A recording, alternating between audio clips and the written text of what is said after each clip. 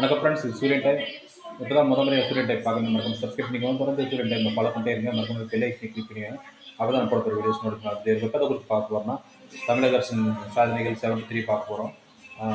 ஊராட்சிகளில் வந்து பார்த்திங்கன்னா நிறைய டெவலப்பிங் கொண்டு வரதுக்கு வந்து பார்த்திங்கன்னா தமிழக அரசு வந்து பார்த்திங்கன்னா திறந்தவெளியில் மலம் கழித்தல் ஊராட்சி அப்படின்னு சொல்லி விருதுக்கு வந்து கொடுத்து ஊக்குவிக்கிறாங்க. தமிழகத்துக்கு வந்து 12,000 மேற்பட்ட கிராம ஊராட்சிகள் இருக்குது.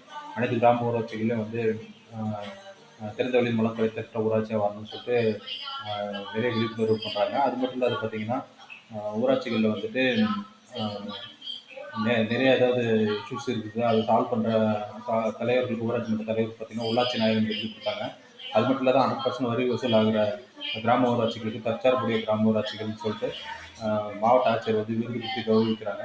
அது மட்டும் இல்லாத பார்த்தீங்கன்னா இன்னொரு கூடுதலாக என்னென்னு பார்த்தீங்கன்னா உள்ளாட்சி மணி அப்படின்னு சொல்லிட்டு ஒரு ஸ்கீமை வந்து முதல்வர் வந்து அறிமுகப்படுத்தினார். அது வந்து 12,000 கிராம ஊராட்சிகள் இருக்குது. அது வந்து பார்த்திங்கன்னா கிராம ஊராட்சிகள் இருக்கிற இஷ்யூஸ் எல்லாம் வந்து சால்வ் பண்ணுறதுக்கு வந்து உள்ளாட்சி மணி ரொம்ப பயனுள்ளதாக இருக்குது.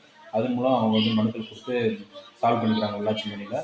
அது மட்டும் இல்லாத பார்த்தீங்கன்னா கிராம சபை நடத்துறதுக்கு வந்து 6 கிராம சபைக்கும் வந்து 5,000 ரூபாய் வந்து தமிழக அரசு சார்பில் கொடுக்குறாங்க.